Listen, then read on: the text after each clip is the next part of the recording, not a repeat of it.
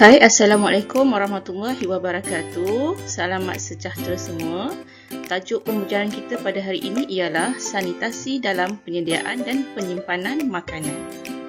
Standard kandungan pembelajaran kita pada hari ini ialah 2.1 Amalan sanitasi dalam perkhidmatan penyediaan makanan. Baik, kita lihat standard pembelajaran. 2.11 menyatakan maksud sanitasi, 2.12 menerangkan kepentingan amalan sanitasi, dan standard 2.1.3 menghuraikan prosedur dan peraturan yang ditetapkan oleh pihak kuasa berkaitan sanitasi makanan. Objektif pembelajaran kita pada hari ini ialah murid mestilah dapat menyatakan maksud sanitasi dalam perkhidmatan penyediaan makanan. Murid dapat menerangkan 4 kepentingan amalan sanitasi yang baik dalam pengendalian dan penyediaan makanan. Dan terakhir, murid dapat menghuraikan 7 prosedur dan peraturan yang ditetapkan oleh pihak berkuasa dalam sanitasi makanan.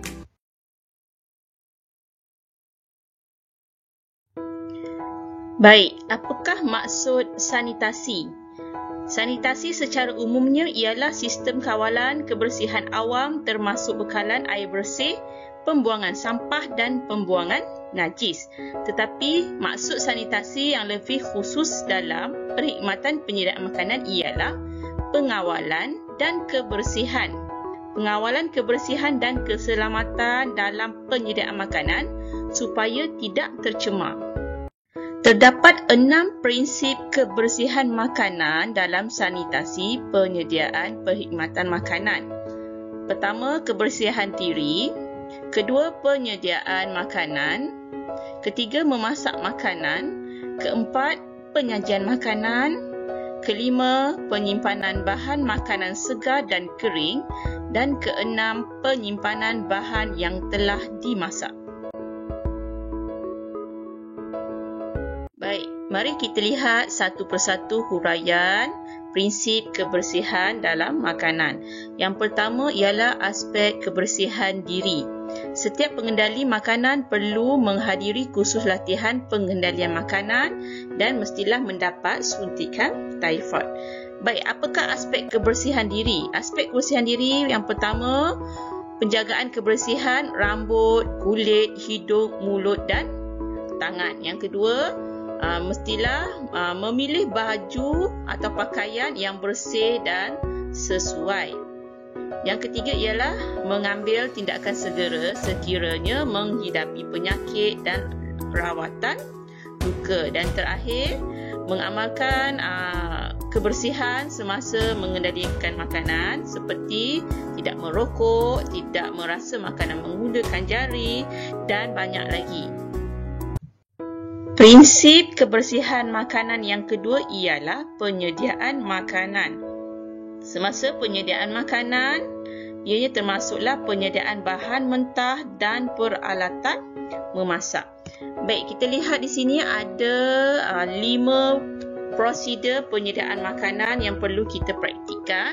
Yang pertama, kebersihan ruang kerja dan peralatan memasak. Yang kedua, menyafroskan makanan dengan sempurna mengikut porsi yang diperlukan sebelum digunakan. Menyafroskan maksud dia menyahbekukan, ya. Baik, yang ketiga ialah mengelakkan pencemaran. Yang keempat, menutup bahan makanan dengan sempurna. Dan yang terakhir, membuang sisa makanan terus ke dalam tong sampah. Prinsip kebersihan makanan yang ketiga ialah memasak makanan.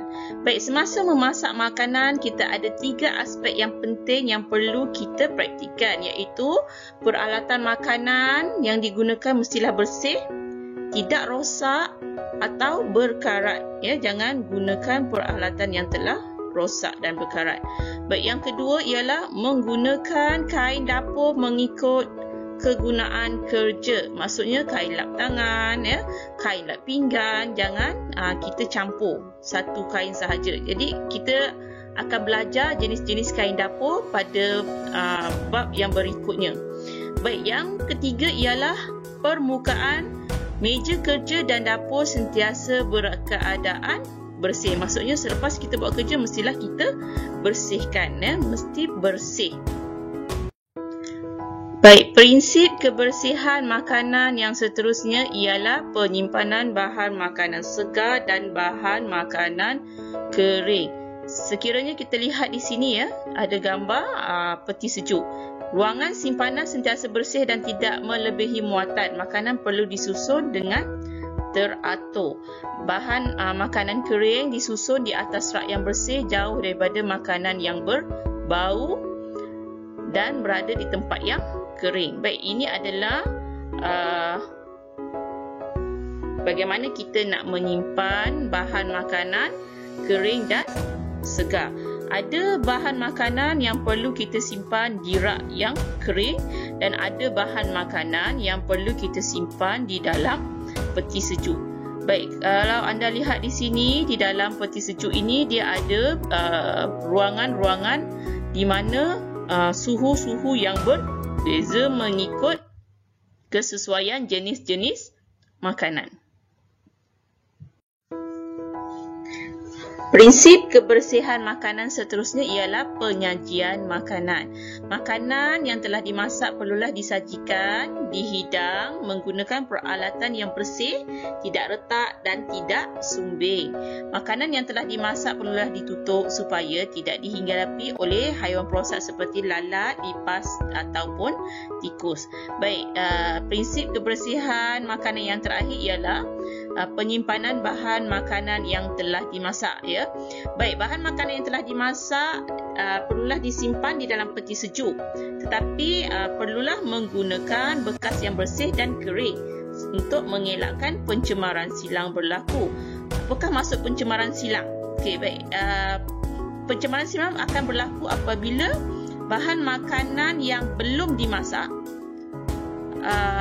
duduk bersebelahan dengan bahan makanan yang telah dimasak. Maksudnya bakteria daripada bahan makanan yang belum dimasak tadi akan berpindah kepada bahan makanan yang telah dimasak. Nanti tolong tengok balik apakah maksud pencemaran silang yang tepat.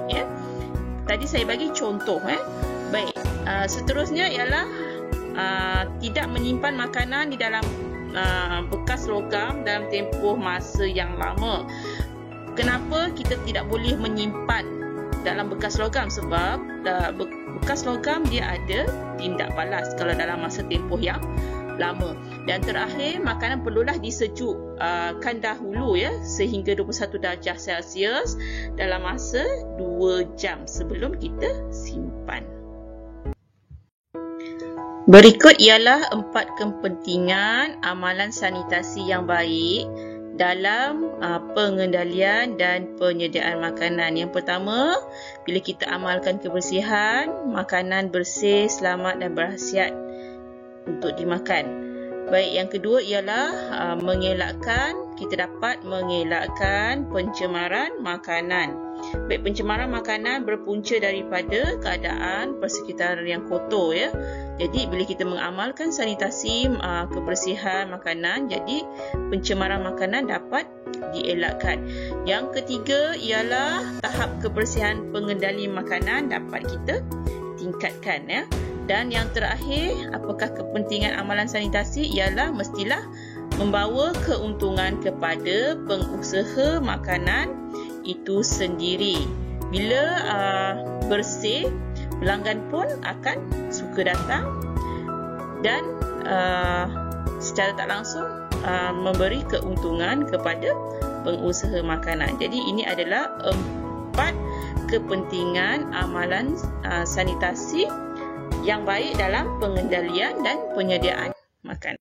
Objektif yang terakhir kita pada hari ini ialah menghuraikan 7 prosedur dan peraturan yang ditetapkan oleh pihak berkuasa berkaitan sanitasi makanan. Baik, kita ada 7 prosedur dan peraturan yang perlu dipatuhi oleh pengusaha pengendalian makanan. Yang pertama, pendaftaran premis Baik, pendaftaran premis perlulah sah laku dalam tempoh 3 tahun lesen premis tersebut.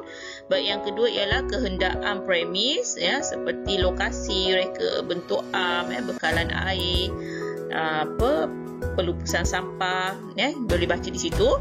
Baik, yang ketiga ialah kehendak khas premis. Tadi kehendaan premis, ini adalah kehendak khas premis. Dia tertumpu kepada reka bentuk, reka letak, susun atur bagaimana, perabot dan sebagainya mengikut tema lah. Baik, yang keempat ialah pengendali makanan. Baik, pengendali makanan ni ialah pekerja. Pekerja tersebut dalam kedai tersebut mestilah perlu menghadiri latihan pengendalian makanan dan mendapat pemeriksaan perubatan seperti mendapat suntikan typhoid. Baik, yang kelima perlindungan makanan. Baik, perlindungan makanan melibatkan proses penyediaan makanan, penyajian makanan dan penyimpan makanan. Kita telah bincangkan tadi bagaimana prinsip-prinsip kebersihan makanan. Baik, yang keenam pengendalian makanan yang khusus. Baik, pengendalian makanan yang khusus seperti makanan yang cepat rosak perlulah disimpan dengan rapi dan teliti. Baik, makanan yang kering mestilah disimpan yang tempat kering dan sepatutnya lah. Baik, yang terakhir ialah pengangkutan makanan. Pengangkutan makanan ni dia melibatkan makanan yang telah dimasak, makanan yang dimasak ke tempat yang lain. Biasa kalau pengusaha makanan ni dia banyak cawangan. Baik, kalau katakan makanan itu telah dimasak ataupun makanan sejuk beku, perlulah mendapat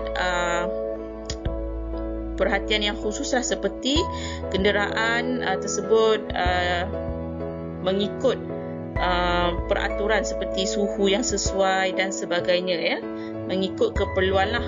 Pengangkutan makanan tu mestilah supaya kita pastikan makanan itu berada dalam keadaan yang selamat dan tidak tercemar. Baik, ini adalah 7 prosedur dan peraturan yang telah ditetapkan oleh pihak berkuasa berkaitan dengan sanitasi makanan. Bagi mengukuhkan kefahaman anda tentang tajuk pembelajaran kita sebentar tadi, sila jawab soalan yang berikut.